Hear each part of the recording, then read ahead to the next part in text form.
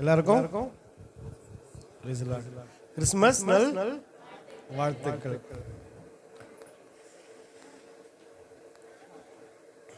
இன்னைக்கு என்ன நாள்? இயேசுவோட பிறந்த நாள். இந்த நாள்ல என்ன பண்ணுவாங்க? பிரியாணி செய்வாங்க, அப்புறம் கேக் வெட்டுவாங்க, அப்புறம் சரி உங்களுக்கு பிறந்த நாள் சரிங்களா? நீங்க என்ன பண்ணுவீங்க? புது ட்ரெஸ் போட்டுப்பீங்க, அப்புறம் உங்க ஃப்ரெண்ட்ஸ்லாம் வந்து என்ன பண்ணுவாங்க? விஷ் பண்ணுவாங்க. அவ்வளவுதான் நடக்குமா உங்க பிறந்த நாள்ல? gift கொடுப்பாங்க, அப்புறம் உங்களுக்கு பிறந்த நாள் ஞாபகமா வரலையா? உங்க பிறந்த நாள்லாம் கொண்டாடி இருப்பீங்க, உங்க பிள்ளைங்களுக்கு பிறந்த நாள் கொண்டாடி இருப்பீங்க.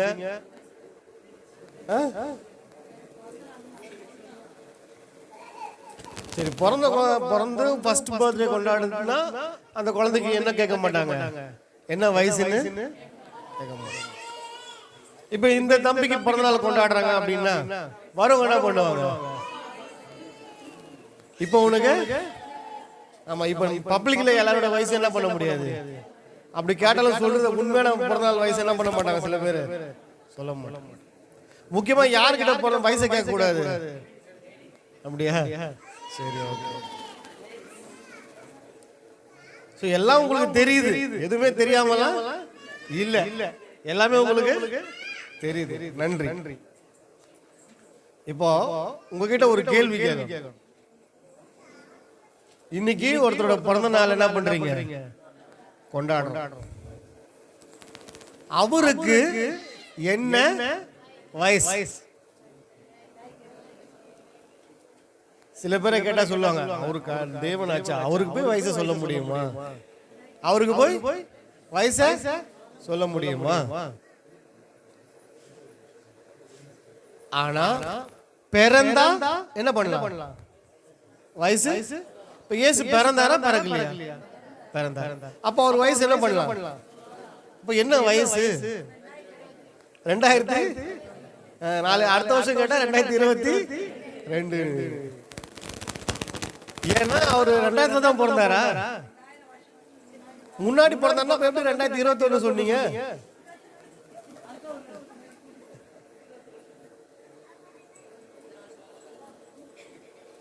இப்போ ஒரு 30 வயசு பர்சனை கூப்பிட்டு உனக்கு ஒரு 50 வயசு நான் போட்டுக்கிட்டோமா பண்ணா நான் என்ன பண்ணுவாரு? ஏன்பா ஆதார் கார்டுல போயிட்டு 50 வயசு போடுறேன், எனக்கு 30 வயசு தான் பாக்குது. ஆதார் கார்டுல வந்து டேட் ஆஃப் பர்த் மாறிச்சுன்னா நம்ம என்ன பண்றோம்? போயிட்டு ஏன் அது ரொம்ப முக்கியம், மாத்திரம்.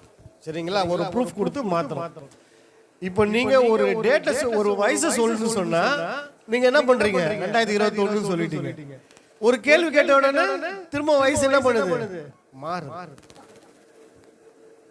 இன்னொரு கேள்வி கேட்டா இன்னொரு வயசு மாறு.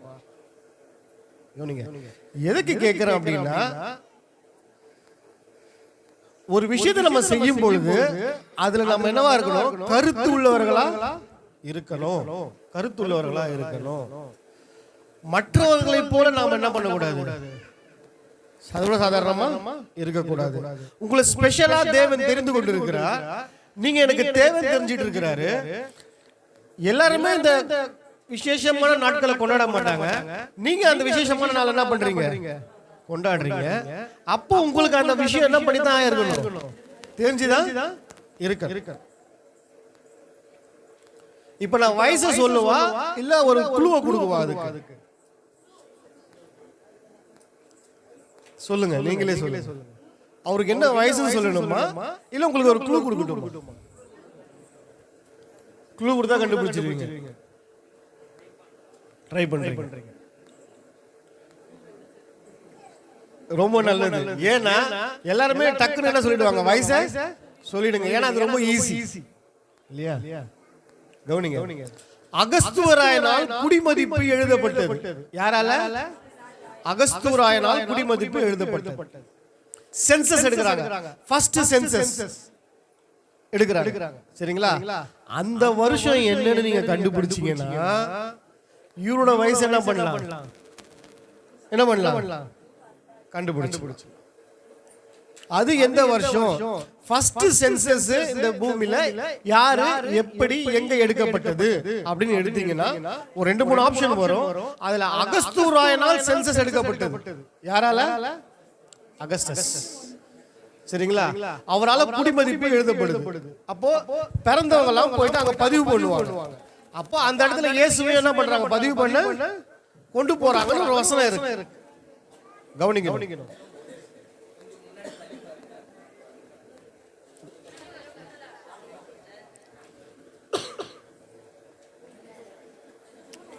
அப்போ அவர் வயசு என்ன பண்ணலாம்? அதை கண்டுபிடிச்சு அவர் வயசு என்ன பண்ணலாம்? கண்டுபிடிச்சிடலாம். அதுல இருந்து ஒரு வருஷத்தை கூட்டணுமா குறைக்கணுமான்னு சொல்லி அந்த அதிகாரத்தை படிச்சுக்கினா உங்களுக்கு தெரிஞ்சு. நமக்கு என்னன்னா பைபிளை படிக்காம இருக்கிறதுனாலதான் இயேசுவோட பிறந்த நாளுக்கு அவரோட வயசு நமக்கு என்ன பண்றது இல்ல, தெரியறது இல்ல.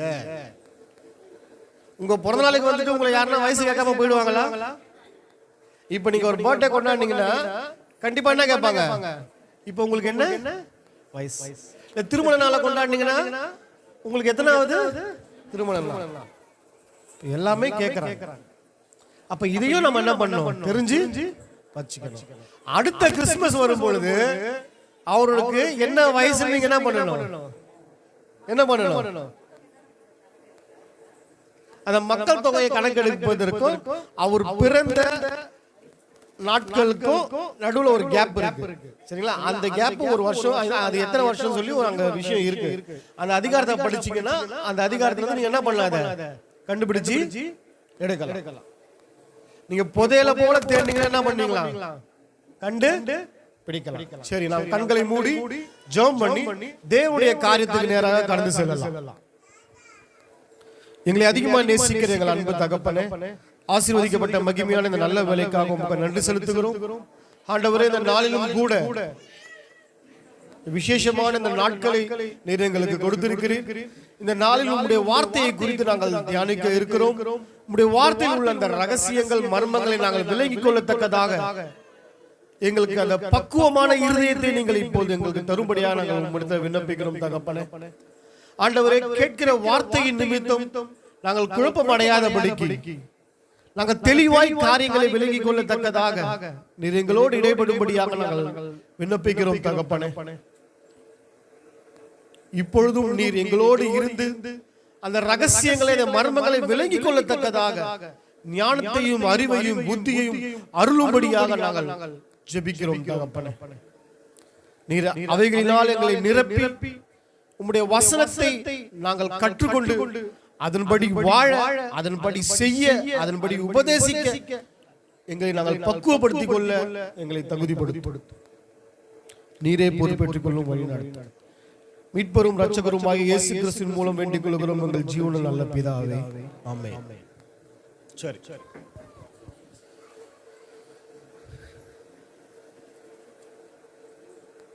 இயேசுவை குறித்து தீர்க்க தரிசனங்கள் என்ன பண்ணிருக்கு?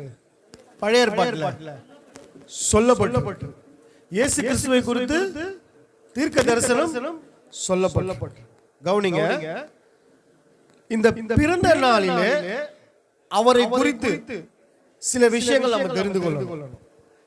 இப்ப ஒரு மனுஷனுடைய பிறந்த நாள் வரும் பொழுது அவர் யாரு, என்ன, எப்படியாப்பட்டவன்ற காரியத்தை என்ன பண்ணுவாங்க? பேசுவாங்க. அவரை பத்தி பேச சொன்னா அவர் என்ன பண்ணாரு, அவர் பறக்கும் போது எப்படி இருந்தாரு, அப்புறம் வாழும்போது எப்படி இருந்தாரு, அப்புறம் எப்படி இருந்தாரு அப்படின்னு சொல்லி என்ன பண்ணுவாங்க? பேசுவாங்க. அப்ப இயேசு கிறிஸ்துடைய பிறந்த நாளில அவருடைய தீர்க்க தரிசனங்களை குறித்தான ரகசியங்களை தான் நம்ம என்ன பண்ண போறோம்? இன்னைக்கு பார்க்க போறோம். இவர் யாரு, இவர் எப்படியாப்பட்டவர், இவரை பத்தி ஏன் இப்படி சொல்லி இருக்காங்க, ஏன் மற்றவர்களை குறித்தெல்லாம் சொல்லல, ஒரு தீர்க்கதரிசியை குறித்து சொல்லல, ஒரு ஊழியக்காரரை குறித்து சொல்லல, இயேசுவை பத்தி முன்னதாக ஏன் அறிவிக்கப்பட்டிருக்கிறது? ஏன் அறிவிக்கப்பட்டு முதல்ல தீர்க்க தரிசனம்னா என்ன? தீர்க்க தரிசனம்னா என்ன? நீங்க கொஞ்சம் சொல்லுங்களேன், தீர்க்க தரிசனம்னா என்னன்னு. முன்கூட்டியே முன்னாடி நடக்க போறத, முன்னாடி நடக்க போறத, பின்னாடி நடக்க போறத, அதாவது முன்னாடி நடக்க போவத முன்னாடியே சொல்றது தீர்க்க தரிசனம் சொல்றீங்க. அப்புறம்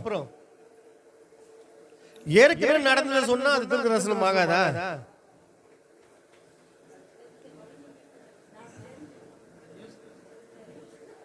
அது நியூஸ். ஏற்கனவே நடந்தத சொன்னா நியூஸ். கவனிங்க, இப்போ விசுவாசத்துக்கும் தீர்க்க தரிசனத்துக்கும் சம்பந்தம் உண்டு. விசுவாசத்துக்கும் தீர்க்க தரிசனத்துக்கும் சம்பந்தம் உண்டு. விசுவாசமானது என்ன?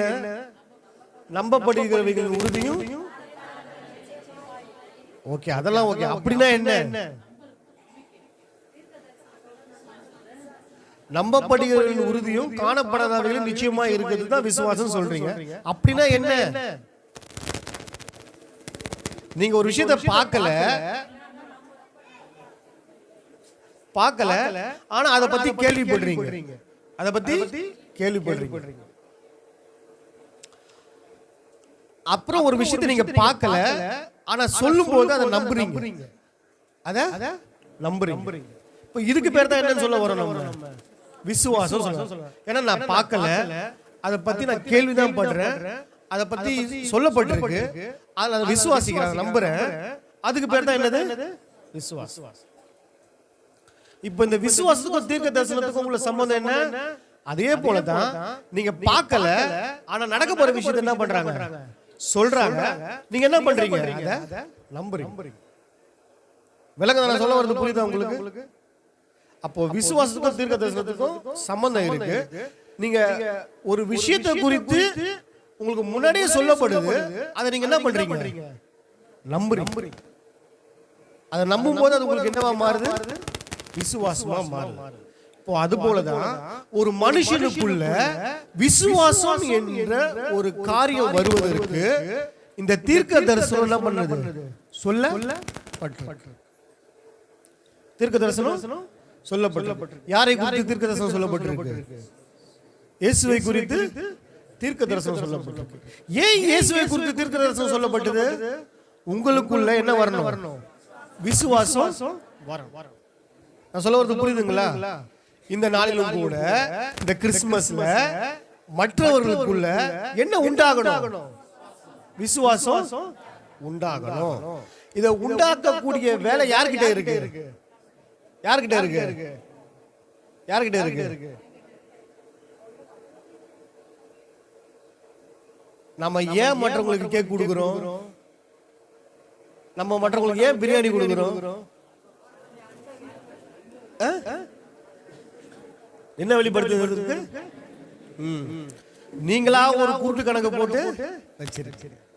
ஆண்டவருடைய திட்டம் என்னன்னா, நீங்க குடு, விசுவாசத்தை அவங்களுக்குள்ள என்ன பண்ணு? விதை. விசுவாசத்தை அவங்களுக்குள்ள விதை. அழிந்து போற பொருள் மூலமா அழியாத ஆத்மாவை என்ன பண்ணு? ஆதாயப்படுத்து. கவனிங்க, எல்லாமே இயேசு ப்ரீ பிளான் பண்ணி தான் என்ன பண்ணிருக்காரு? வச்சிருக்காரு. அதை நாம சரியா புரிஞ்சிக்காம ஏனோ தானோ எவனோ நமக்கு என்ன பிறந்த நாள் கேக்கு கொடுத்துட்டு போயிடுவோம், பிரியாணி கொடுத்துட்டு போயிடுவோம். கவனிங்க, அது இல்ல வேலை. இந்த கிறிஸ்துமஸ் நாள்ல நீங்க ஒருத்தருக்கு பொருளை கொடுக்குறீங்கன்னா அதுல என்னத்தை விதைக்கணும்? அவங்களுக்குள்ள விசுவாசத்தை விதைக்க. விளங்குதுங்களா? அடுத்த பிறந்தநாள் வரும்போது நம்ம என்னெல்லாம் செஞ்சோம்ன்றது நீங்க என்ன பண்ண நினைவு கூறணும். அப்போ ஒரு விசுவாசம் வளருவதற்காக தீர்க்க தரிசனமா இயேசுவை பற்றி இந்த வேதத்துல என்ன பண்ண இருக்கு?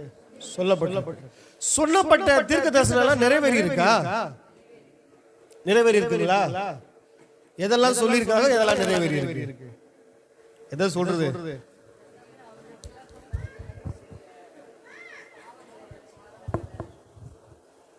சரி, நம்ம ஸ்பெஷலா ஒரு 3 காரியம் மட்டும் பார்க்கலாம்.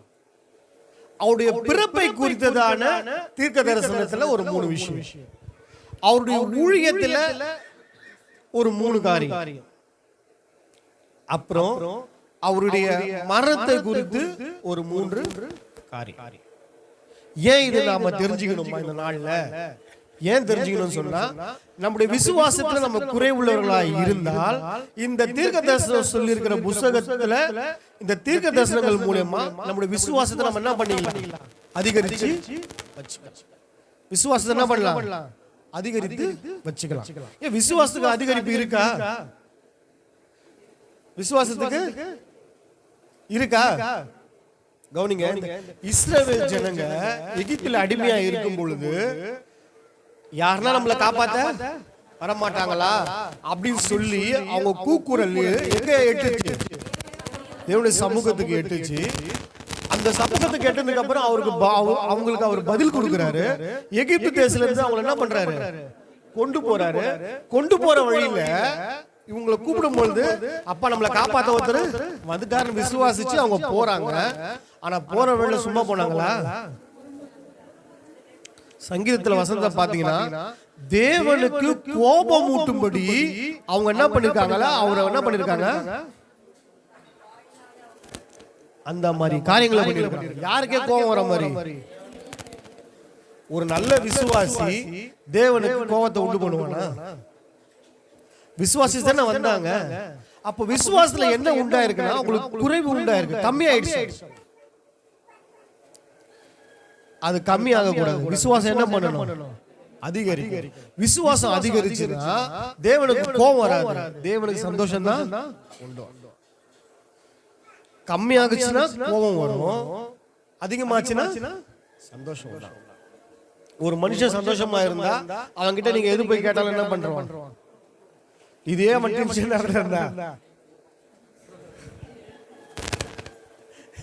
கிட்ட கூட பிராக்டிகலாவே யோசிங்க. நீங்க என்ன பண்ணுங்க? பிராக்டிகலாவே யோசிச்சு பாருங்க.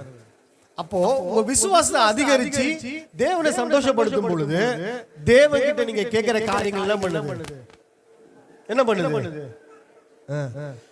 6 நாள் அவரை கடுப்பேத்திட்டு 7ஆம் நாள் மட்டும் வந்து நீங்க ஜெபம் பண்ணி அவர்கிட்ட கேட்டா அவர் கொடுப்பாருன்னு சொன்னா அப்புறம் எப்படி கொடுப்பார்? எப்படி? அனுதினமும் அவருடைய காரியத்துல நம்ம கருத்து உள்ளவர்களா அந்தி சந்தி மத்தியானத்துல என்ன பண்ண அவரை நினைவு கூறணும். விசேஷமான கிறிஸ்துமஸ்ல எல்லாம் இல்ல, ஓய்வு நாள் 6 நாள் ஞாயிற்றுக்கிழமையில மட்டும் இல்ல. நீங்க என்ன பண்ணு? தினமும் அந்தி சந்தி மத்தியான வேலையில என்ன நினைச்சு அவர் நினைக்கணும்னா எப்படி நினைப்பீங்க நீங்க? பைபிள் ஒரு வசனத்தை படிச்சு அந்த வசனத்தை குறிச்சு என்ன பண்ணணும்? நினைக்க. அப்படி நினைக்கும் போது தேவன் என்ன பண்றாரு? சந்தோஷப்படுறாரு. சரி, இந்த 3 தீர்க்க தரிசனங்கள் இயேசு கிறிஸ்துவை குறித்து 3 தீர்க்க தரிசனங்கள், முக்கியமான தீர்க்க தரிசனங்கள்.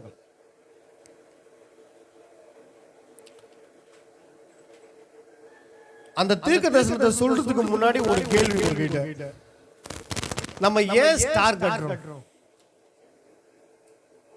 கிறிஸ்துமஸ்க்கு என்ன கட்டுவோம்?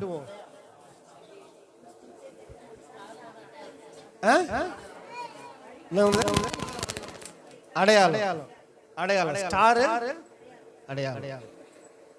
கரெக்ட். ஸ்டார் அடையாளம் தான். எதுக்கு அடையாளம்?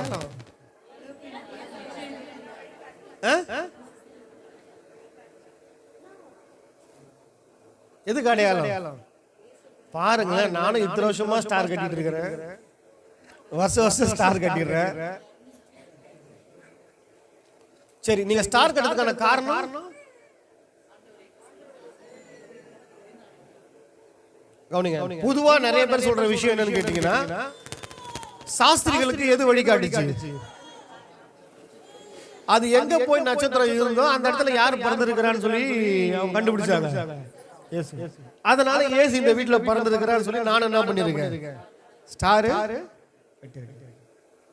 ஆனா ஸ்டாரை பத்தி பைபிள் என்ன சொல்லி? அவனுக்கு ஸ்டாரை பத்தி நீங்க சொல்லுது இல்ல, ஸ்டாரை பத்தி பைபிள் என்ன சொல்லிருக்கு, அதுதான் ரொம்ப முக்கியம். தேவன் இப்ப எதுல சந்தோஷப்படுவாரு? நாம சொல்ற ஸ்டார்ல சந்தோஷப்படுவாரா, இல்ல பைபிள்ல சொல்லப்பட்டிருக்கிற ஸ்டாரை குறித்து சந்தோஷப்படுவாரா? நான் கேள்வி கேட்கறதே நீங்க சிந்திக்கிறதுக்கு தான். கேள்வி கேட்கறதே சிந்திக்கிறதுக்கு தான். நம்ம ஸ்டாரை கட்டுறோம், ஸ்டாருக்கு ஏன்பா கட்டுறீங்கன்னு கேள்வி கேட்டா நம்மளால என்ன பண்ண முடியல. பதில் எப்படி சொல்றோம் அப்படின்னு கேட்டீங்கன்னா, அந்த ஸ்டார் யார் வீட்டுல இருக்கோ அவர் வீட்டுல அவர் பிறந்தாருக்கான அடையாளம். ஆனா சாஸ்திரிகள் தேடிட்டு போகும்போது நட்சத்திரம் வழி காமிச்சது, நட்சத்திரம் எங்க போய் நின்னுதோ அந்த வீட்டுல என்ன பண்ணிருக்காங்க, இயேசு பிறந்திருக்காங்க அவங்க ஐடென்டி பண்ணிருக்காங்க. அதனாலதான் நாங்க ஸ்டார் கட்டுறோம். எடுத்து வாசிங்க என்னாகம புஸ்தகம் 24வது அதிகாரம் 17வது வசனம்.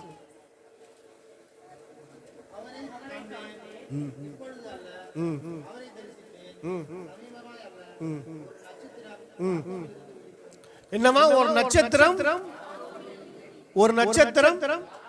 யாக்கோபில் இருந்து உதிக்கும். கவனிங்க, பாராக் என்பவன் பிலேயாம் கிட்ட இஸ்ரவேல் ஜனங்கள் என்ன சொல்றான், சபிக்க சொல்றான். ஆனா அவன் என்ன பண்றான், சபிக்காம அவன் என்ன பண்றான், ஆசீர்வதிக்கிறான். அப்போ ஒரு விஷயத்தை சொல்றான். என்ன விஷயம்? யாக்கோபில் இருந்து ஒரு நட்சத்திரம் உதிக்கும். யாக்கோபில் இருந்து ஒரு நட்சத்திரம் உதிக்கும். அந்த நட்சத்திரம் யாரு? யாக்கோபில் இருந்து உதிச்ச நட்சத்திரம் யாரு? இயேசு. கவனிங்க, எப்பவோ சொல்லப்பட்ட தீர்க்க தரிசனம் அப்ப நடக்கல. அப்போ நடக்கல. மத்தேயு 2:2 எடுத்து வாசிங்க.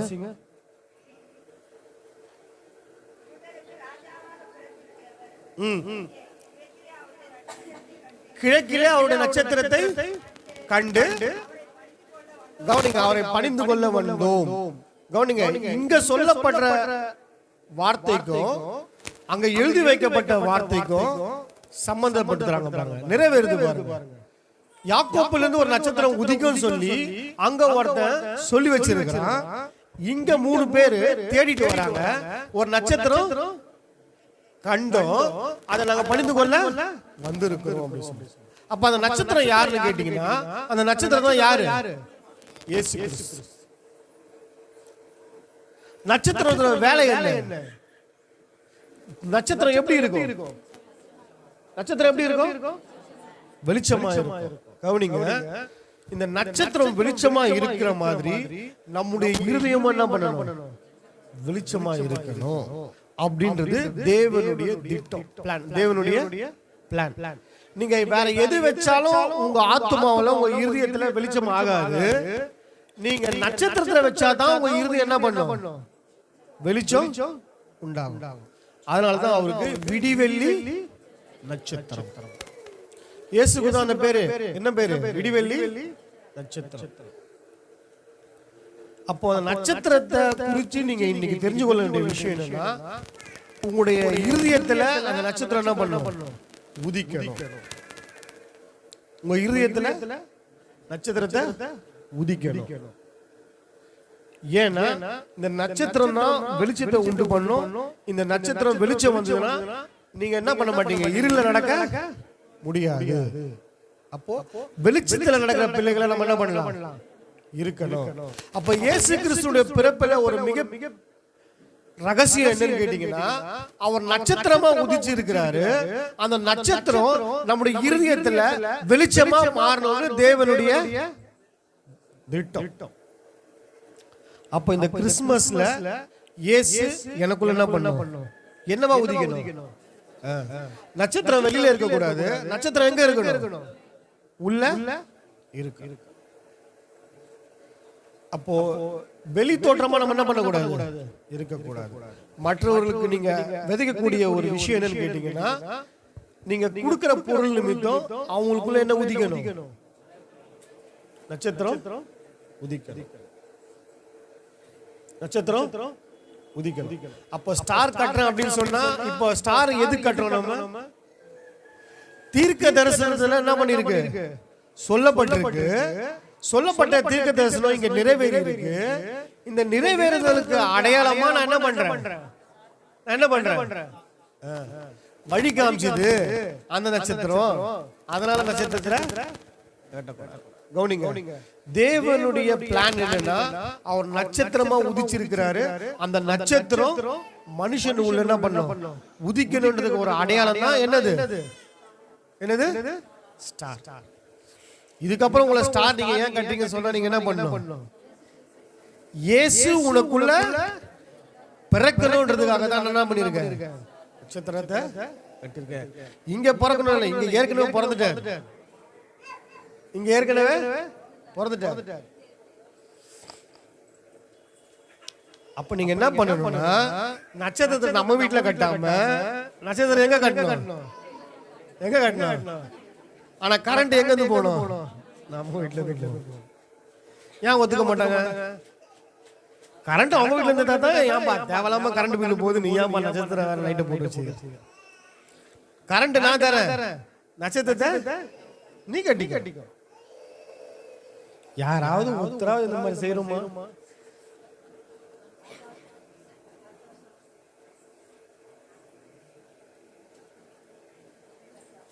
சொல்லுங்களேன்.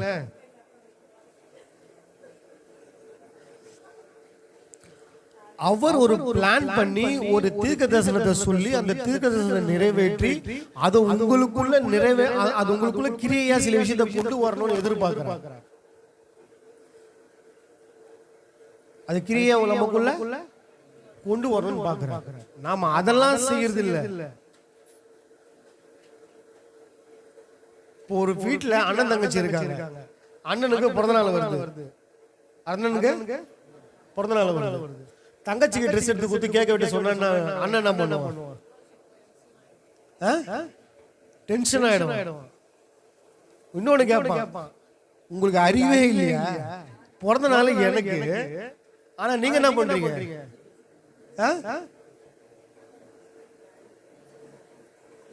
நாம எத்தனை பேர் கிறிஸ்துமஸ்க்கு புது ட்ரெஸ் எடுத்தோம்? எத்தனை பேர் எடுத்தோம்?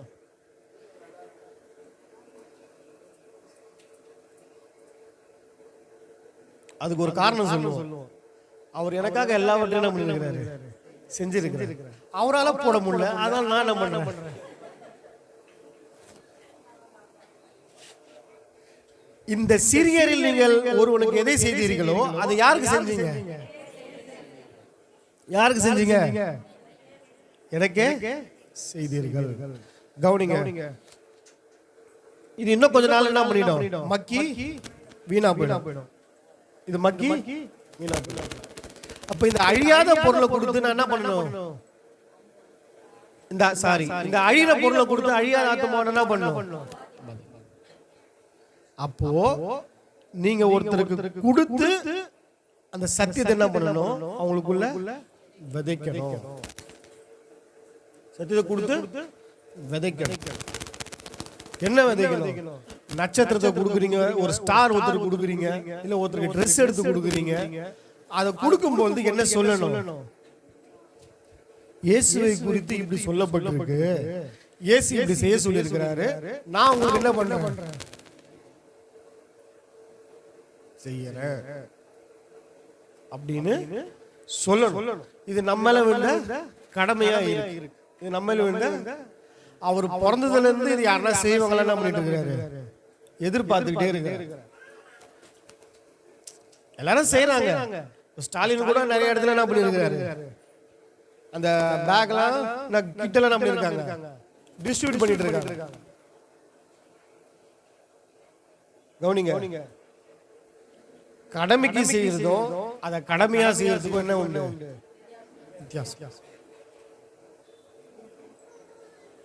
கடமைக்கு செய்யறதும் அத கடமையா செய்யறதும் வித்தியாசம். அது யாருக்கு தெரியும்? இவங்க கடமையா செய்யறாங்களா இல்ல கடமைக்கு செய்யறாங்களா யாருக்கு தெரியும்? தேவனுக்கு தெரியும். மனுஷனோ முகத்தை பார்க்கிறான், தேவன். அப்போ நீங்க வசனத்தை அடிப்படையா வச்சு நீங்க எதை செய்றீங்களோ அதை யார் பார்த்துட்டு இருக்கா? தேவன் பார்த்துட்டு இருக்காரு. மற்ற யாரும் பார்க்க வேண்டிய அவசியமே இல்லை. ஒரு வருஷம் நீங்க இப்படி செஞ்சு பாருங்க, அடுத்த வருஷம் உங்க நிலைமையை நீங்க கவனிச்சு பாருங்க. ஒரு வருஷம் இந்த மாதிரி செஞ்சு பாருங்க, அடுத்த வருஷம் உங்க நிலைமையை நீங்க கவனிங்க. அப்போ தேவன் உங்களுக்கு செய்வதை நீங்க என்ன பண்ணலாம்? அறிந்து கொள்ளலாம். அப்ப நட்சத்திரத்தை குறித்து தேவன் உங்களுக்குள்ள உதிக்கணும்னு சொல்லி இருக்கிறார். அப்ப மேல் தோற்றமான நட்சத்திரங்களை வச்சு உள் தோற்றமான நட்சத்திரங்களை என்ன பண்ணணும்? உண்டு பண்ணணும். அப்ப நட்சத்திரத்தை குறித்து தீர்க்கதரிசனம் சொல்லப்பட்டிருக்கு.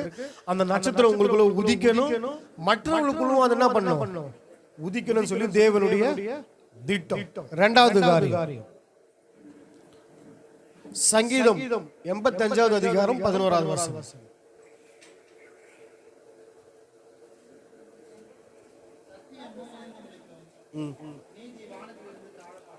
சத்தியம் பூமியிலிருந்து முளைக்கும். கவனிங்க, இது கொஞ்சம் புரிஞ்சு கொள்வதற்கு கஷ்டமா தான் இருக்கும்.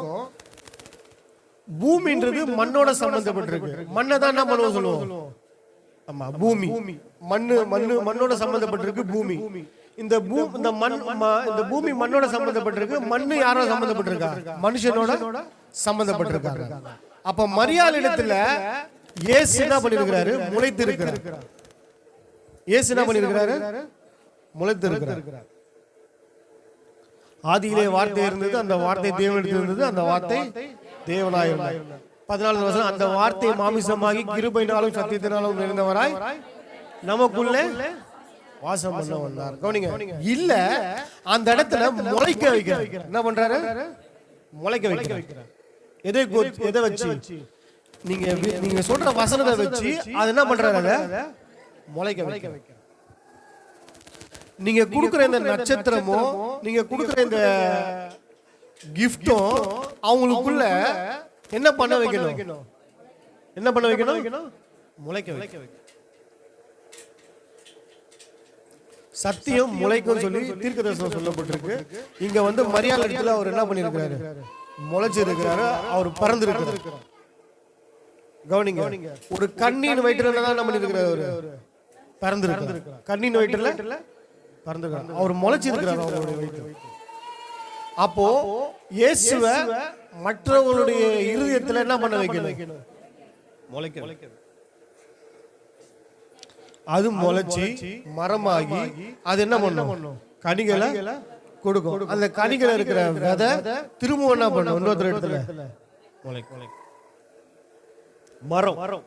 அப்போ அவர் முளைச்சி அவர் மரமா மாறி நிறைய என்ன பண்றாரு? கனிகளை கொடுக்கிறார் என்ற வசனங்களை வாசிக்கிறோம். பிதா திராட்சை தோட்டக்காரர், நானும் நீங்களும்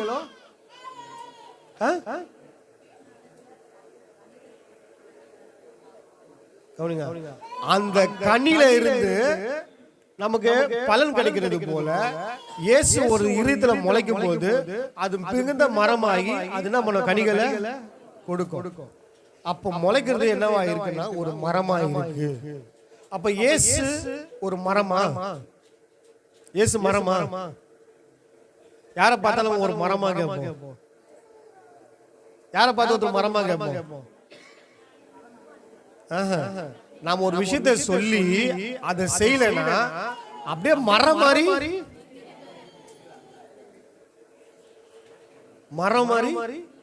நிக்குது. ஒண்ணு மரம் இல்லைன்னா மாடு.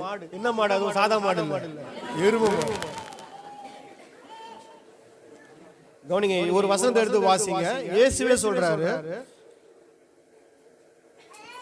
லூக்கா 23:33.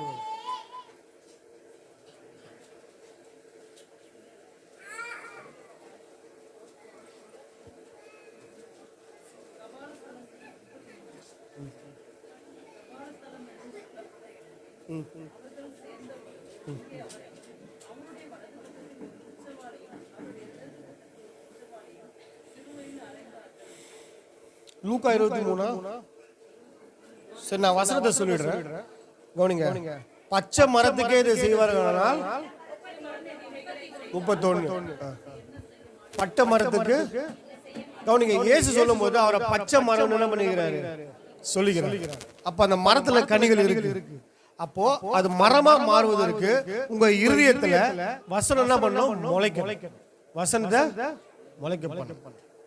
இயேசு மரமா இருக்கிறாருன்னா நீங்க அதை முளைக்க பண்ணீங்கன்னா அது மரமா மனுஷங்கள்கிட்ட என்ன பண்ணும்? மாறும். அந்த மரத்துல என்ன உண்டாகும்? கனிகள் உண்டாகும். அந்த கனிகள் நிமித்தம் அநேகர் என்ன பண்ணுவாங்க? பலனடைவாங்க. கவனிங்க, இந்த கிறிஸ்துமஸ் நாள்ல நட்சத்திரம் உங்களுக்குள்ள உதிச்சு அந்த நட்சத்திரம் மூலமா வெளிச்சம் உண்டாகி அந்த வெளிச்சத்தை கொண்டு உங்க இருதயத்துல இயேசு முளைச்சு அந்த அந்த அந்த விதை நிமித்தம் அவர் முளைச்சதுக்கு அப்புறம் அது மரமா மாறி மற்றவர்களுக்கு என்ன பண்ணணும்? கனி கொடுக்கும். கவனிங்க, இதெல்லாம் தீர்க்க தரிசனமா என்ன பண்ணப்பட்டிருக்கு? சொல்லப்பட்டிருக்கு. இங்க வந்து நிறைவேறியும் இருக்கு. இதை நீங்க பார்க்கும்போது உங்களுக்குள்ள என்ன உண்டாகுது? விசுவாசம் உண்டாகுது. நீங்க அதை நம்புறீங்க. அதை மற்றவர்களுக்கும் என்ன பண்ணணும்? உண்டு பண்ணும். நம்ம நார்மலா எல்லா நாளையும் அதை என்ன பண்ண முடியாது? உண்டு பண்ண முடியாது. ஆனா இந்த மாதிரி ஒரு ஸ்பெஷல் டேஸ்ல என்ன பண்ணிடலாம்? அதை பயன்படுத்தி. கவனிங்க, நாட்களை பிரயோஜனப்படுத்திக்கணும். நாட்கள் என்ன பண்ணணும்? பிரயோஜனப்படுத்திக்கணும். அப்போ இந்த நாள்ல இந்த நாளுக்காக நீங்க முன்னாடியே முன்கூட்டியே என்ன பண்ணணும்? பிளான் பண்ணணும். இந்த மாசம் வரும்போது தான் நம்ம பிளான் பண்றது. நம்ம மற்றவங்களுக்கு செய்யணும்னு ஆசை இருக்கு, ஆனா கையில என்ன இல்ல? காசு இல்ல. செய்யக்கூடிய மனசு இருக்குது, ஆனா கையில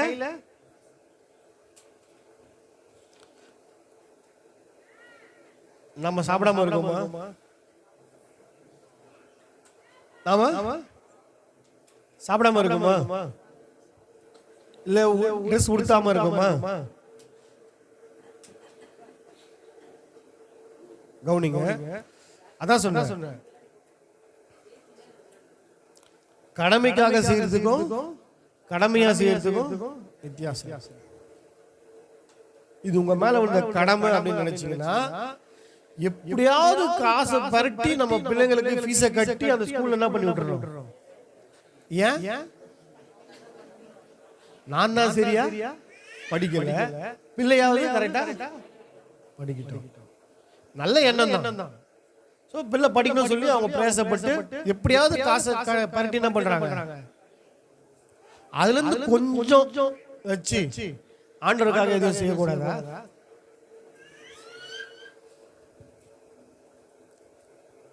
மாசம் ஒரு 100 ரூபாய் எடுத்து வச்சா கூட டிசம்பர் மாசம் வரும்போது 1200 ரூபாய் இருக்கும்.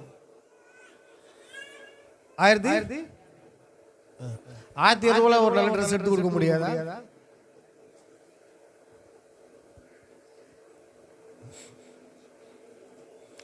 சோ எல்லாமே யார் கையில தான் இருக்கு? உங்க கையில தான் இருக்கு. யார் கையில இருக்கு? இல்ல பிரதர், நான் வேலைக்கு போறேன்னா பிஸில மறந்துடுறேன். ஒரு மாசம் வந்து சம்பளத்தை கொடுத்துறேன் வீட்டுல, அவங்க எடுத்து வைக்கிறது கிடையாது, அவங்களும் மறந்துடுறாங்க. எதுவும் செய்ய முடியல. கிறிஸ்துமஸ் உண்டின்னு சொல்லி என்ன பண்ணுங்க? எடுத்து வச்சுக்கங்க. கிறிஸ்துமஸ் உண்டி எல்லாம் பண்ணுங்க, சேர்த்து வைங்க. சேர்த்து வச்சு அந்த நாள் வரும்போது அதை என்ன பண்ணுங்க? எடுத்து செய்யுங்க. அப்ப காசு இல்லைன்னு சொல்ல முடியாது. அதெல்லாம் நல்லதா இருக்கு, ஆனா காசு இல்லைன்னு போது ஃபர்ஸ்ட் அந்த உண்டியத்தை உடைக்க தோணுது.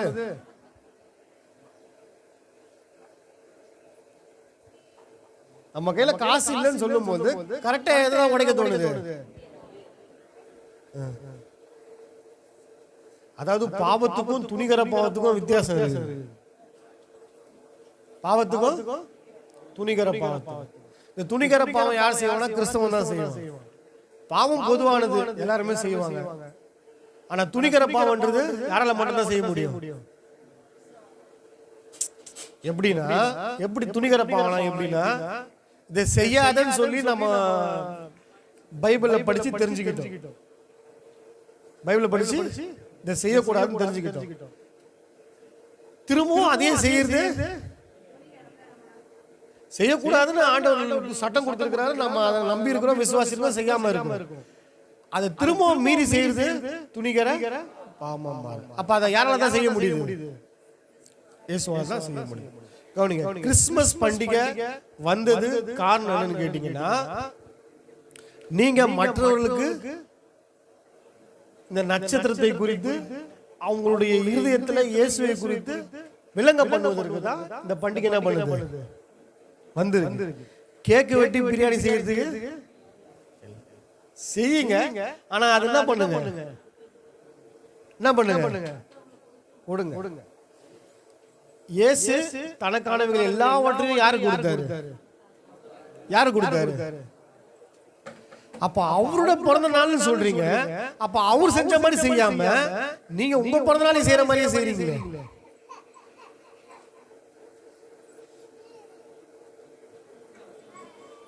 இப்ப இயேசுவோட பிறந்த நாளுக்கு அவர் என்ன செஞ்சாரோ அதை தான் நீங்க என்ன பண்ணணும், செய்யணும். அவர் தனக்குள்ளது எல்லாவற்றையும் என்ன பண்ணிருக்கிறாரு, விசேஷமா தன்னுடைய ஜீவனையே என்ன பண்ணிருக்கிறாரு. நம்மளால அது கொடுக்க முடியாது, நம்மளால ஜீவனை கொடுக்க முடியாதா இன்னொருத்தருக்காக. ஆனா நம்ம கிட்ட இருக்க பொருள் என்ன பண்ணலாம், கொடுக்கலாம். சப்போஸ் நீ 2 வச்சிட்டு இருந்தா Dress, நீ என்ன பண்ணு, ஒண்ணு கொடு.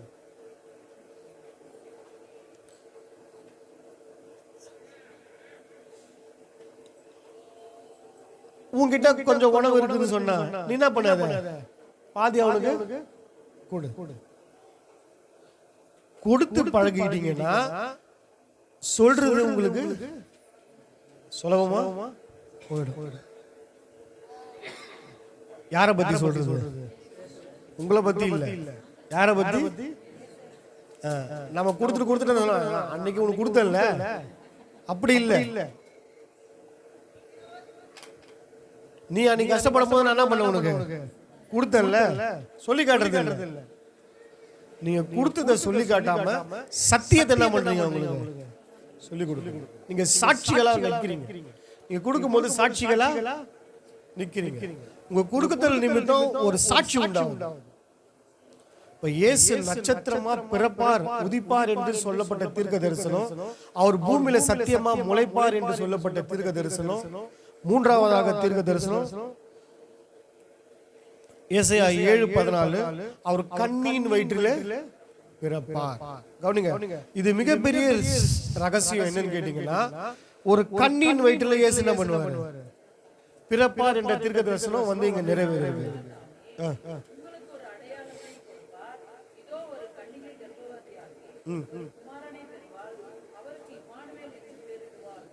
கவனிங்க, இயேசு கிறிஸ்துவின் பிறப்பில் உள்ள ரகசியம் என்னன்னு கேட்டீங்கன்னா, அவர் நட்சத்திரமாக உதிப்பார், சத்தியமாக முளைப்பார், பின்னதாக ஒரு கண்ணின் வயிற்றில பிறப்பார். கவனிங்க, இந்த கண்ணி யார் அப்படின்னு கேட்டீங்கன்னா, அவர் யாரை தெரிஞ்சு கொள்றாரோ அவங்க தான் யாரு, கன்னிகைகள். அவர் யாரை தெரிஞ்சு கொள்றாரோ அவங்க தான் கன்னிகைகள். ஒரு கன்னிகை வயித்துல பிறக்கிறானதுக்கான அடையாளம் என்னன்னு கேட்டீங்கன்னா, அவங்க இதுக்கு முன்னாடி என்ன வேணா செஞ்சிருக்கலாம். அவர் அவங்களை தெரிஞ்சு கொண்ட பிறகு அவர் எப்படி பாக்குறாரு, ஒரு கற்புள்ள கன்னிகளையா அவர் என்னவா பாக்குறாரு, கற்புள்ள கன்னிகையா பாக்குறாரு. இதுக்கப்புறம் நான் உன்னை தெரிஞ்சு கொண்டதுக்கு அப்புறம் நீ என்ன பண்ண போறது இல்ல, பாவத்தை என்ன பண்ண போறது இல்ல, செய்ய போறது. நீ அநீதி செய்ய போறது, நீ உண்மையா இருக்க போற, சத்தியத்தின்படி நடக்க போற அப்படின்னு சொல்லி உன்னை தெரிஞ்சு கொள்ற. எப்படி? கன்னியா. இப்ப நாமெல்லாம் இயேசுக்கு என்ன, இயேசு நமக்கு புருஷன், நாம அவருக்கு மணவாட்டி. லேடிஸா ஜென்ஸா? மணவாட்டின்னு சொன்னா அது ஆம்பளையா இருந்தாலும் மணவாட்டி தான், பெண்களா இருந்தாலும் இயேசுக்கு மணவாட்டி. அப்ப கன்னிகையா உங்களை என்ன பண்ணிருக்கிறாரு, தெரிஞ்சு கொள்ற. நான் சொல்றது புரியுதுங்களா? இயேசுக்கு நம்ம மணவாட்டினா அது ஆணா இருந்தாலும் அவருக்கு பார்வைக்கு கன்னிகை தான், பெண்ணா இருந்தாலும் அவருடைய பார்வைக்கு கன்னிகை தான். சோ நம்ம எல்லாருமே அவருக்கு கன்னிகை, அவர் புருஷன். அப்படி ஒரு ரிலேஷன்ஷிப் வச்சிருக்காரு.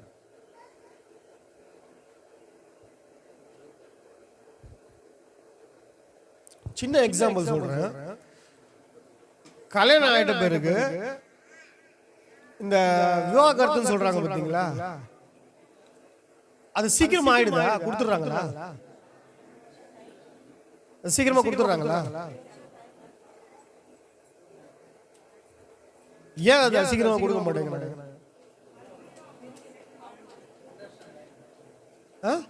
அந்த டைம் கொடுப்பாங்க, திரும்ப அவங்க அண்டர்ஸ்டாண்ட் ஆகிறதுக்கு சில டைம் கொடுப்பாங்க. கல்யாணம் ஒரே மாசத்துல முடிஞ்சுது, இல்ல ஒரு வாரத்துல கூட முடிச்சிடுறாங்க.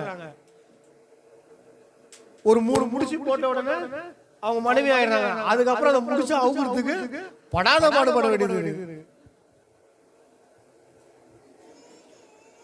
கவனிங்க, நீங்க போட்ட வந்து 3 முடிச்ச அவுக்குறதுன்றது மிகவும் கடினமான விஷயம். உங்களுக்கே சலிச்சு போயிடும்.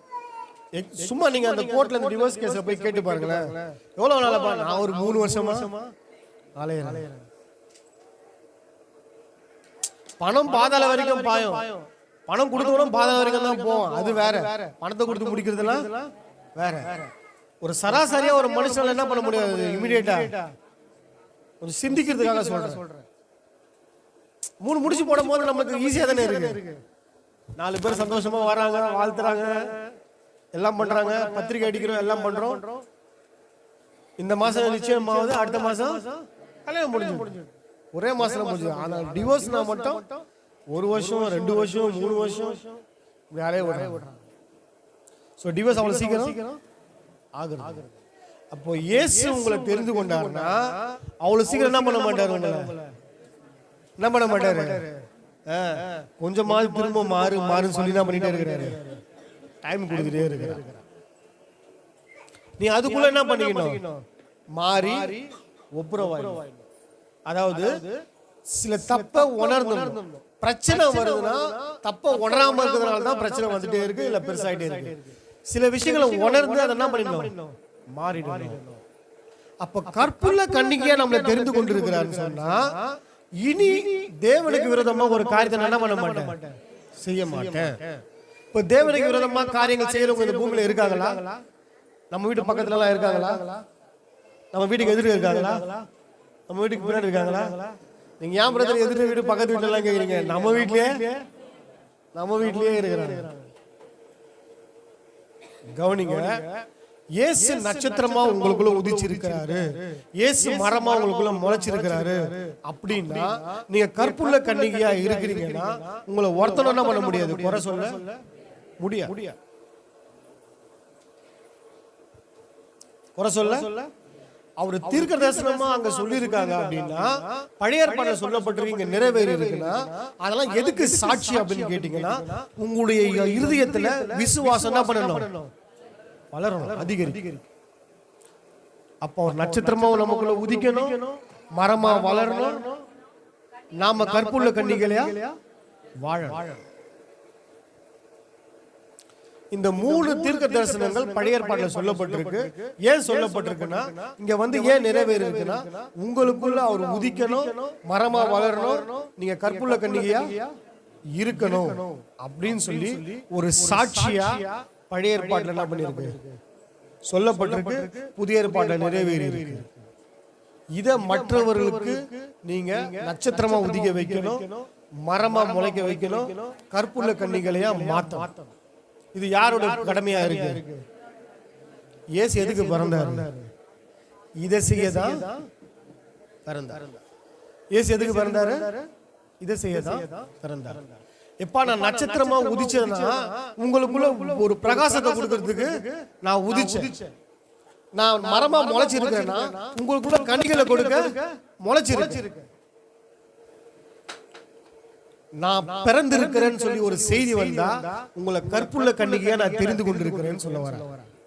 சோ இந்த 3 காரியங்களை அவர் பழைய ஏற்பாட்டுல சொல்லி புதிய ஏற்பாட்டுல நிறைவேற்றி உங்களுக்கு சாட்சியா வச்சு நீங்களும் அதை செய்யணும் என்று சொல்லி அந்த நாட்களை விசேஷமா நீங்க என்ன பண்றீங்க, கொண்டாடுறீங்க. அப்ப அவரோட பிறந்தநாள் நீங்க கொண்டாடும் பொழுது உங்களுக்கு நினைவா வரக்கூடிய விஷயம் என்னன்னு கேட்டீங்கன்னா, மற்றவர்களுக்குள்ள நட்சத்திரம் என்ன பண்ண வைக்கணும், உதிக்க வைக்கணும். மற்றவர்களுக்குள்ள மரத்தை என்ன பண்ணணும், முளைக்க பண்ணணும். அவர்களை என்னவா மாத்தணும், கற்புள்ள கன்னிகைகளா மாத்தணும் அப்படின்றத அவருடைய பிறந்த நாள்ல நாம என்ன பண்ணணும், செய்யணும்ன்ற உறுதிமொழியை எடுத்துக்கணும். எந்த மனுஷனுக்காவது அவருடைய பிறப்பை குறித்து முன்னாக சொல்லப்பட்டிருக்கா? வரலாறு இருக்கா? அந்த மாதிரி வேற யாருக்காவது அந்த மாதிரி வரலாறு இருக்கா? பைபிள்ல உள்ள வரலாறு கேட்கல. பொதுவா யாராவது பிறப்பதை குறிச்சு வரலாறு இருக்கா? இந்த மாதிரி தீர்க்க தரிசனமா யாருக்கு மாத்திரம் தான் இருக்கு? விசேஷமானவர் அவர், விசேஷமானவர் சொல்லப்பட்டிருக்கு, நிறைவேறி இருக்கு. அதை உங்களுக்குள்ள கிரியையா எதிர்பார்க்கிறார். அது உங்களுக்குள்ள கிரியையா எதிர்பார்க்கிறார். அப்ப கிரியையா எதிர்பார்க்கும் பொழுது அவர் என்ன சொல்ல வர்றாருன்னா, ஊழியங்கள் என்ன பண்ணுங்க, செய்யுங்க.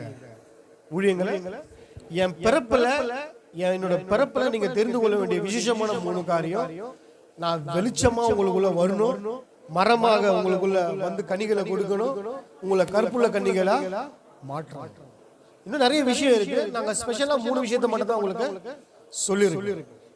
இந்த நட்சத்திரத்தை உதிக்க பண்ணணும். முதல்ல நட்சத்திரத்தை உதிக்க பண்ணணும். அங்க ஸ்டார் கட்டுறது கிடையாது. எங்க ஸ்டார் கட்டணும்?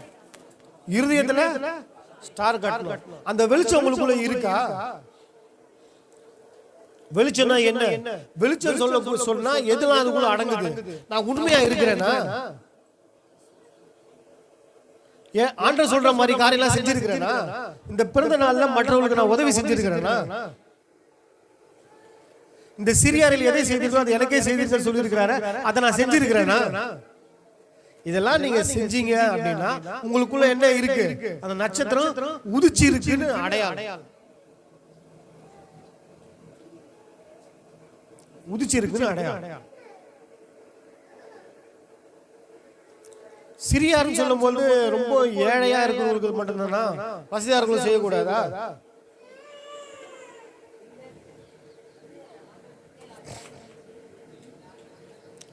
கவனிங்க, சிறியார் அப்படி சொல்லும் போது அவங்க பிச்சைக்காரங்க பணக்காரங்களா? இயேசுவை பத்தி தெரியாதவங்கள யாருதான்?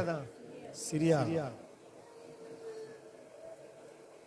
அவங்களுக்கு அதை பத்தி என்ன பண்ணணும், சொல்லி கொடுக்கணும்.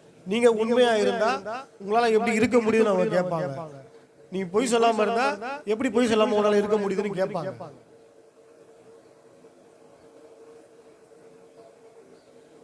ஏன்னா உலகத்துல நம்ம கூட பழகுறவங்க இருக்காங்க, நம்மளை பார்த்து சாட்சி சொல்லுவாங்க. இவங்களா, இவங்க கிட்ட வந்து நீங்க வந்து பொய் சொன்னா சொல்ல மாட்டாங்க. பொய் சொன்னா சொல்ல மாட்டாங்க. அவங்க ரொம்ப அவங்க உண்மையா இருப்பாங்க.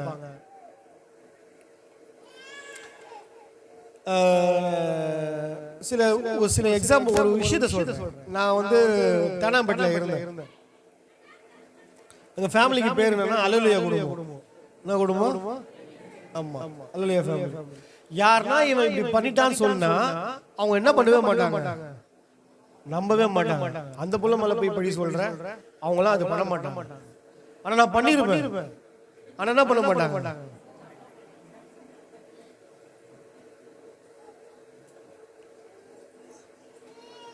யாருக்கிட்டனா போய் அங்க சண்டை போட்டிருப்பேன்.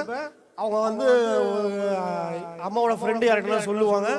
அவங்க கிட்ட சொல்லும் போது அவங்க என்ன சொல்லுவாங்க, அந்த புள்ள அந்த மாதிரிலாம் செய்யாது, பண்ணதுனால தானே வந்து சொல்றாங்க. ஆனா ஒரு நம்பிக்கை, அந்த புள்ள அந்த மாதிரிலாம் கவனிங்க. அப்போ அந்த சாட்சியை பெற்றுக்கொண்டா அதை காத்துக்கொள்ளணும். சாட்சியை பெற்றுக்கொண்டா காத்துக்கொள்ளணும். அப்ப இயேசு உங்களை தெரிந்து கொண்டிருக்கிறாரு. தெரிந்து கொண்ட உங்களை செய்ய சொல்லி சில விஷயங்களை கேட்கிறாரு. செய்ய சொல்லி சில விஷயங்கள் கேட்கிறாரு. என்ன 3 விஷயத்தை நீங்க செய்யணும், அவர் ஊழியத்துல என்ன செஞ்சாரு அப்படின்னு சொல்லி பாத்தீங்கன்னா எடுத்து வாசிங்க. உபாகமம் 18:15.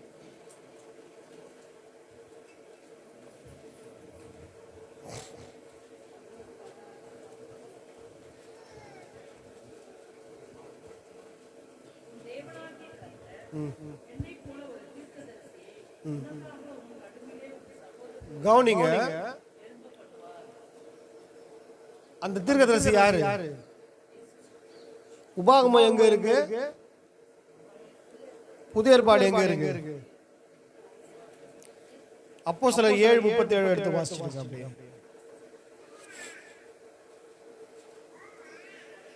சீக்கிரம் முடிக்க போறேன்.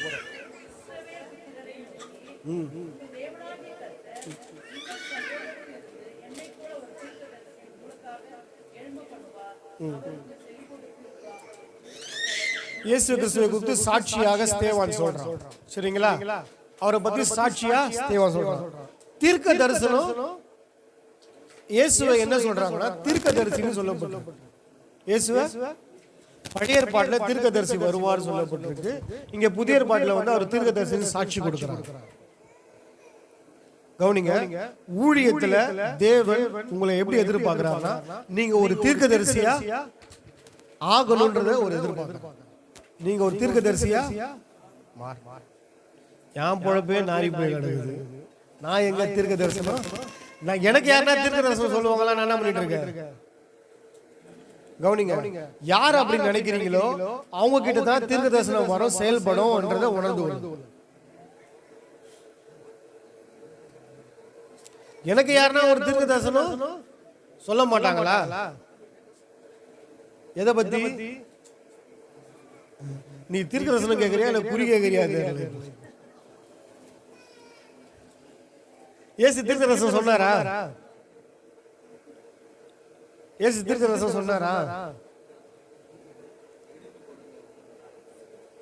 இடித்து போடுங்கள் 3 நாளுக்குள்ள எழுப்புவேன் என்று சொல்லி ஒரு தீர்க்க தரிசனம் சொன்னாரு. என் பிதாவின் வீட்டில் அநேக வாசஸ்தலங்கள் உண்டு, இல்லைன்னா நான் என்ன பண்ண மாட்டேன், சொல்ல மாட்டேன். நான் போய் உங்களுக்கு ஒரு இடத்த என்ன பண்றேன். இது தீர்க்க தரிசனமா? தீர்க்க தரிசனம் இல்லையா? நீங்க அந்த இடத்த பார்த்திருக்கீங்களா? இல்ல. நம்ம பார்த்தோம்ல, விசுவாசத்துக்கு தீர்க்க தரிசனம் உள்ள சம்பந்தம், நம்பப்படுகிற உறுதியும் காணப்படாதவர்களும் நிச்சயமா இருக்கிறது. இயேசு சொல்றாரு, நான் உங்களுக்கு ஒரு இடத்த என்ன பண்றேன், ஆயத்தப்படுத்துறேன். நீங்க அதை நம்புறீங்க, விசுவாசிக்கிறீங்க. அவர் தீர்க்க தரிசனமா என்ன பண்ணிருக்கிறாரு, சொல்லி இருக்கிறாரு.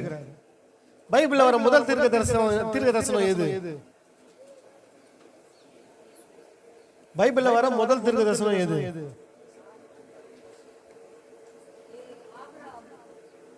ஆபிரகாம் இடத்துல சொல்றதா?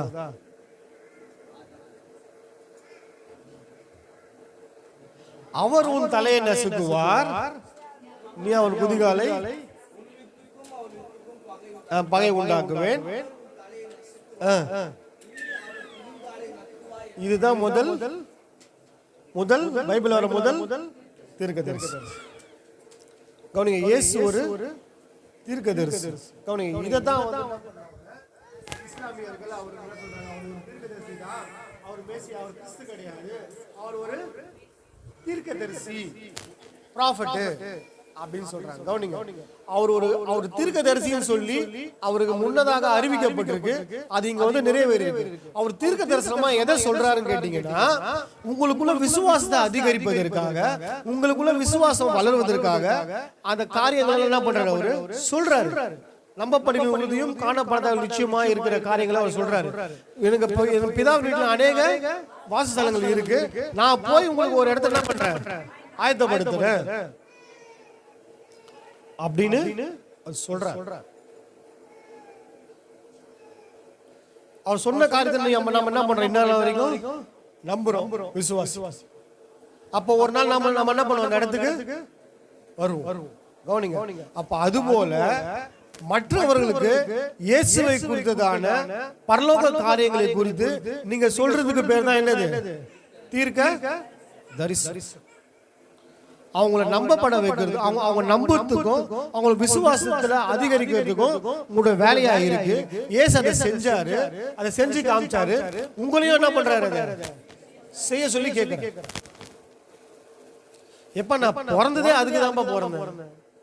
இயேசு என்ன சொல்றாரு, நான் பிறந்ததே அதுக்குதான். நான் தீர்க்கதரிசியா மாறி உங்களுக்கு ஒரு மாதிரியை காமிச்சிருக்கேன். நான் எப்படி தீர்க்கதரிசனம் சொல்லியிருக்கணும் அந்த மாதிரி தீர்க்கதரிசனம் சொல்லு. அவங்க விசுவாசம் வளர மாதிரி தீர்க்கதரிசனம் சொல்லு. நீ இப்போ இன்னைக்கு உனக்கு 10,000 ரூபாய் ஒருத்தர் வச்சிருப்பாரு, கொடுப்பாரு, எப்படி கடனா கொடுப்பாரு. அப்புறம் நீ வட்டி கட்ட முடியாம அவசரப்பட்டு அது தீர்க்கதரிசனம் இல்ல.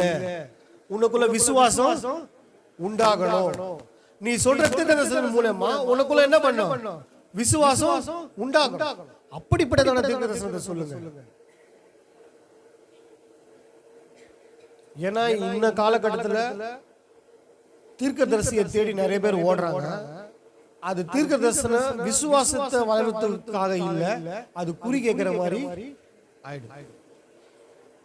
குறி கேட்கிறோட நிலைமை என்னாச்சு தெரியும் இல்லையா உங்களுக்கு? பைபிள்ல பழைய ஏற்பாடுல பாத்தீங்கன்னா தெரியும். குறி கேட்கிறோட நிலைமை என்ன ஆச்சுன்னு பழைய ஏற்பாடுல பார்த்தா தெரியும்.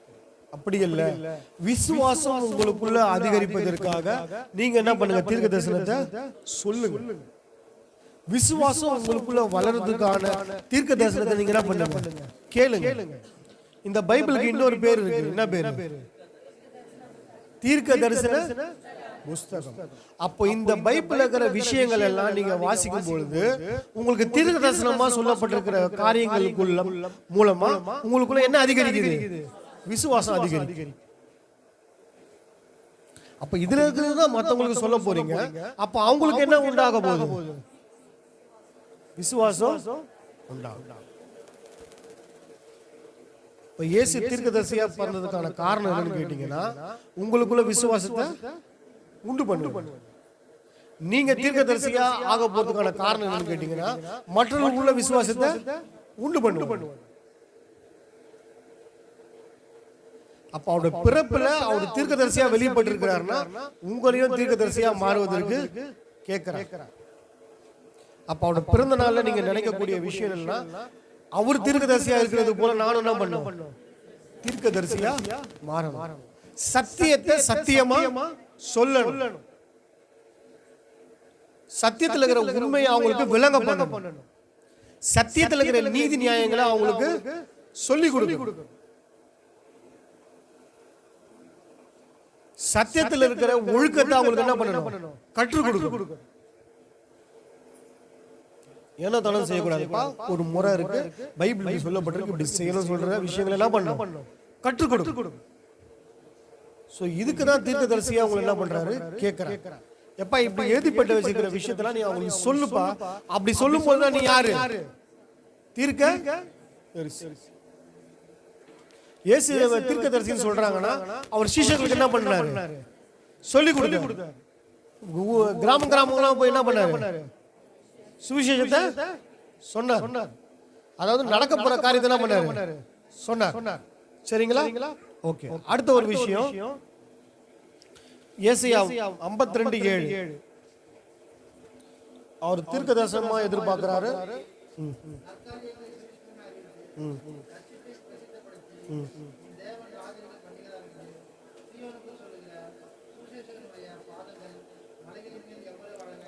எபேசியர் 2:17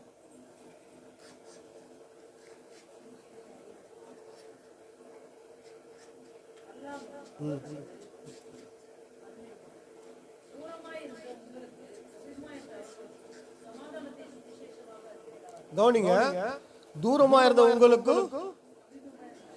கவனிங்க, பழைய ஏற்பாட்டுல அவர் சமாதானத்தை உண்டு பண்றாருன்னு போட்டிருக்கு. இங்க சமாதானத்தை என்ன பண்றாரு? அறிவிச்சிருக்கிறார். கவனிங்க, எதுக்குங்க சமாதானம் சுவிசேஷமா அறிவிக்கப்படும்? யாருக்கு சமாதானம் பண்ணுவாங்க? சண்டை போட்டவங்களுக்கு தான் சமாதானம் பண்ணுவாங்க. அப்ப அவர் சமாதானத்தை சுவிசேஷமா அறிவிச்சிருக்கிறாருன்னா யாருக்கு சண்டை? பிசாசு நாம. சரி, அப்ப பிசாசு சமாதானம் பண்ணி வச்சிடலாமா? கவனிங்க, தேவனுக்கும் நமக்கும் என்ன இருக்கு? சண்டை. எதனால சண்டை?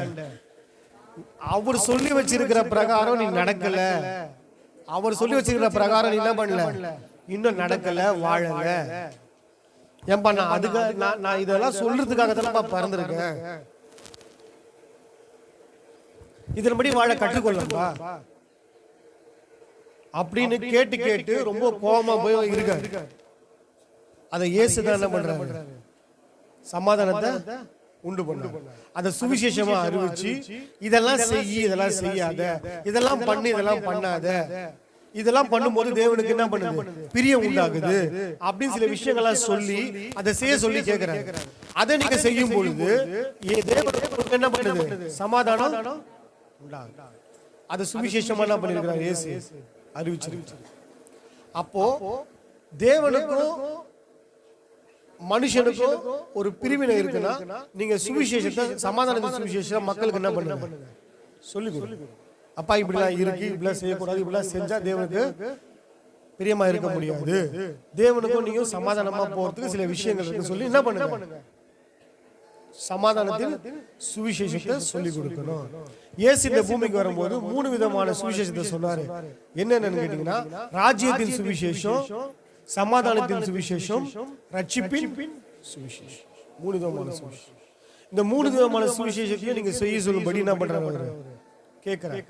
ஏன்னா அவர் பிறந்து அதை செஞ்சு காமிச்சிருக்கிறாரு, உங்களையும் செய்ய சொல்லி கேட்கிறார்.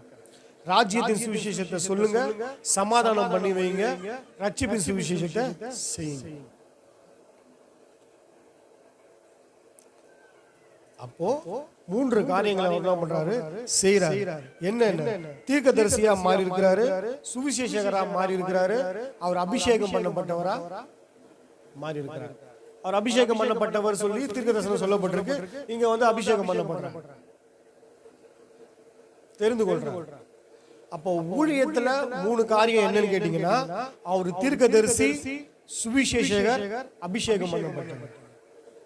உங்களுடைய ஊழியம் எப்படி இருக்கணும்னா, மற்றவருக்கு தீர்க்கதரிசனம் உரைக்கணும், பின்னதாக சுவிசேஷம் அறிவிக்கணும், அப்புறம் அவங்க அபிஷேகம் பண்ணப்படணும். அபிஷேகம் பண்ணப்படணும். சோ இந்த பிறந்த நாளில் அவருடைய ரகசியம் என்னன்னு கேட்டீங்கன்னா, நான் அவர் இதெல்லாம் செய்ய தான் பிறந்திருக்கிறாரு, அவர் செஞ்சு காமிச்சாரு. உங்களையும் என்ன பண்றாரு, நீ தீர்க்கதரிசனம் சொல்லு, சுவிசேஷம் சொல்லு, அபிஷேகம் பண்ணப்படும். 3வது காரியம் அவருடைய மரணம், அவருடைய அடக்கம் பண்ணப்படுதல், அவர் உயிர்த்தெழுதல். ஏசாயா 53வது அதிகாரத்தை நீங்க படிச்சீங்கன்னா உங்களுக்கு தெரியும். வீட்டுல போய் படிச்சு பாருங்க, நேரம் இல்ல. அப்ப இயேசுடைய மரணம், அடக்கம் பண்ணப்படுதல், உயிர்த்தெழுதல். அவர் ஏன் மரிச்சாரு, அவர் ஏன் அடக்கம் பண்ணப்பட்டாரு, ஏன் உயிர்த்தெழுந்தார், அவர் யாருக்காக மரணம் அடைந்தார், அவர் யாருக்காக மரிச்சாரு, எதுக்காக அடக்கம் பண்ணப்பட்டார்,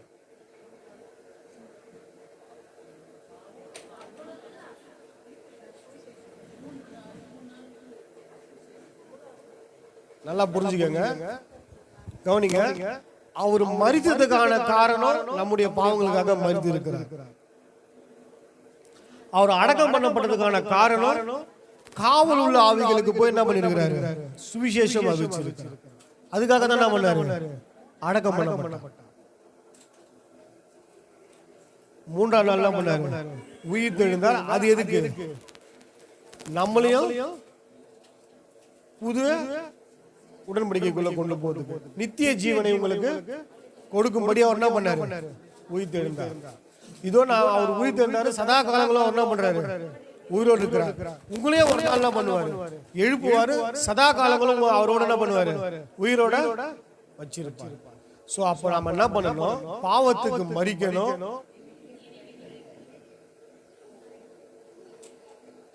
அடக்கம் பண்ணப்படுதல்னா காவல் உள்ள ஆவிகளுக்கு போய் என்ன பண்ணணும், பிரசங்கம் பண்ணணும், சுவிசேஷம் பண்ணணும். பின்னதாக நம்ம என்ன பண்ணணும், அவர் உயிர் தெழும் நாளில் என்ன பண்ணணும், உயிர் தெழும். அப்ப அவரோட பிறப்புல என்ன ரகசியம் கேட்டீங்கன்னா, அவர் 3 காரியங்கள் அவர் பிறப்புல இருக்கு. அவர் நட்சத்திரமா, மரமா, அப்புறம் கற்புள்ள கன்னிகையா தெரிஞ்சுக்கொள்றாரு. அது ஊழிய பாதையில கொண்டு வரும்பொழுது என்ன சொல்றாரு, தீர்க்கதரிசியா, அப்புறம் சுவிசேஷகனா, அப்புறம் அபிஷேகம் பண்ணப்பட்டவர். அதுக்கு அடுத்தது மரணம், அடக்கம் பண்ணப்படுதல், உயிர்த்தெழுதல். சோ பாவத்துக்கு மரிக்க வைக்கணும், அப்புறம் சுவிசேஷம் அறிவிக்கணும், பின்னதாக உயிர்த்தெழுதல். சோ இந்த பிறந்த நாள்ல நாம நினைக்க வேண்டிய காரியங்கள் கேக்க பத்தியோ பிரியாணியை பத்தியோ அல்ல. அதை நினைக்க கூடாதுன்னு சொல்ல வரல. அதை காட்டிலும் மேன்மையான விஷயம் என்ன, அவர் ஏன் பிறந்தாரு, அவர் பிறந்ததுக்கான நோக்கம் என்ன, அவர் பிறப்புக்கான திட்டம் என்ன, அந்த திட்டத்தை எப்படி செயல்படுத்தணும் அப்படின்றத நீங்க உணரணும். அப்படின்றதுக்காக தான் அவர் என்ன பண்ணிருக்கிறாரு, இந்த நாட்களை கொடுத்து வச்சு, இந்த நாட்களை கொடுத்து வச்சு. கடைசியா ஒரே ஒரு கேள்வி, அவர் இன்னைக்கு தான் பிறந்தாரா?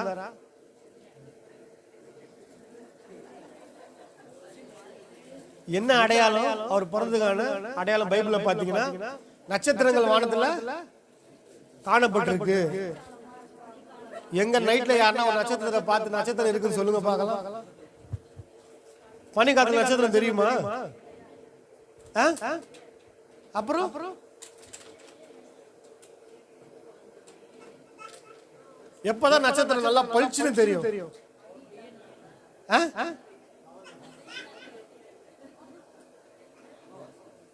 அமாவாசை.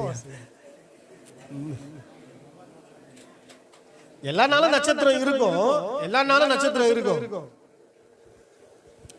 ஆனா எப்ப நல்லா தெரியும்? மழை காலத்துல தெரியாது, ஏன்னா மேகம் மறைச்சிருக்கும். அப்புறம் பனி காலத்துல தெரியாது, பனி என்ன பண்ணிருக்கும்? காலையில தெரியாது, ஞானி அவரு காலையில தெரியாது.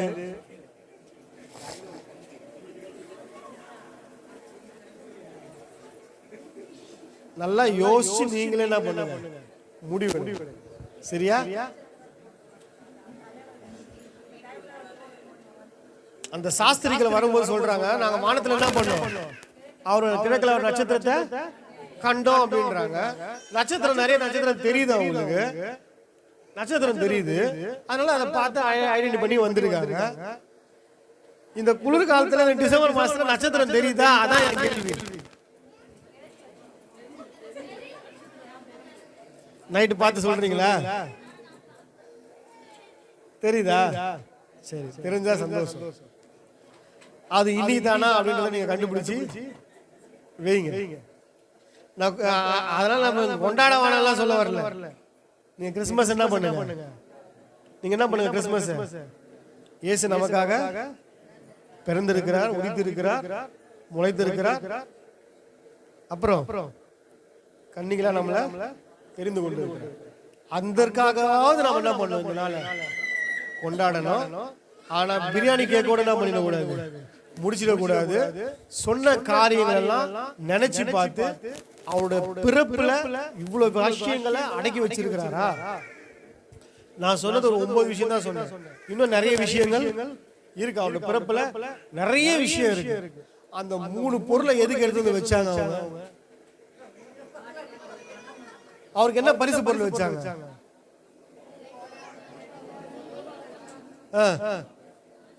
அதை ஏன் வச்சாங்க?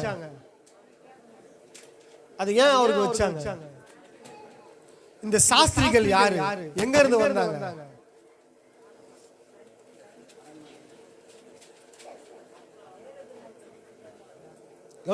அந்த மாதிரி ஏகப்பட்ட விஷயங்கள் என்ன பண்ணிருக்கு பைபிள்ல.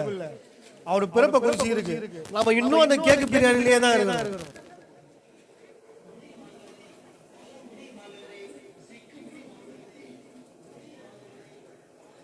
இன்னும் கேக்கு பிரியாணிலேயே தான் இருக்கும். பேக்கரிலாம் இன்னைக்கு கேக்கு வித்துரும். அதிகமா கேக்கு விற்கிறனால கிறிஸ்துமஸ். அதிகமா கேக்கு விற்கிற மாசம் இந்த மாசம் தான். கேக்கு தான் வித்து தள்ளும். ஆடெல்லாம் நிறைய பலியாகுது இன்னைக்கு தான். அதாவது ஒரு தெருவுல வந்து அந்த மணமணக்குது அப்படின்னா அது இன்னைக்கு தான் பிரியாணி. ஏன்னா ஒரு வீட்டுல பிரியாணி இருக்காது, எல்லார் வீட்லயும் பிரியாணி வாசம் அடி. நான் தப்புன்னு சொல்ல வரல, சந்தோஷமான பண்ணுங்க, கொண்டாடுங்க. ஆனா இது என்ன பண்ணாதீங்க, விட்டு விடாதீங்க. இத சில விஷயங்களை இயேசு சொல்ல வர அந்த விஷயங்களை உணர்ந்து செய்யாம இருக்காதீங்க, அதை செய்யுங்க. இதை செய்யும் போது உங்களுக்கு சந்தோஷமா? இயேசுவோட பிறந்த நாள்ல இதை செய்யும் போது உங்களுக்கு சந்தோஷமா? சந்தோஷம் தான். உங்களுக்கு எப்படி வந்து அவரோட பிறந்த நாள்ல பிரியாணி கேக்கு செய்யும் போது, பிரியாணியும் கேக்கும் செய்யும் போது சந்தோஷம் உண்டாகுதோ, இயேசுக்கும் அது என்ன பண்ணணும், சந்தோஷம் உண்டாகணும்னு நினைங்க. அவருக்கு சந்தோஷம் உண்டாகணும்னா பிரியாணி கேக்கல சந்தோஷம் அவருக்கு உண்டாவாது. அவர் சொன்ன விஷயத்துல அவர் கருத்தா இருப்பார். அவர் சொன்ன விஷயத்தை நீங்க செய்றீங்களா பாப்பாரு. அதை நீங்க செஞ்சா அவருக்கு என்ன உண்டாகும்? பிரியாணி கேக் கொடுத்து நீங்க சந்தோஷமாயிக்கங்க. அவர் சொன்ன காரியத்தை செஞ்சு அவர் என்ன பண்ணுங்க, சந்தோஷப்படுத்துங்க. அவர் சந்தோஷம் ஆயிட்டாலே போதும், உங்களுடைய குறைவெல்லாம் என்னவாயிடும். அதெல்லாம் ஒரு எக்ஸாம்பிள் சொன்னேன். ஒரு ஒரு ஊர் தலைவர் இருக்காருன்னா அவர்கிட்ட சைன் வாங்க போறோம்னா அவர் நல்ல மூட்ல இருக்கிறாரா?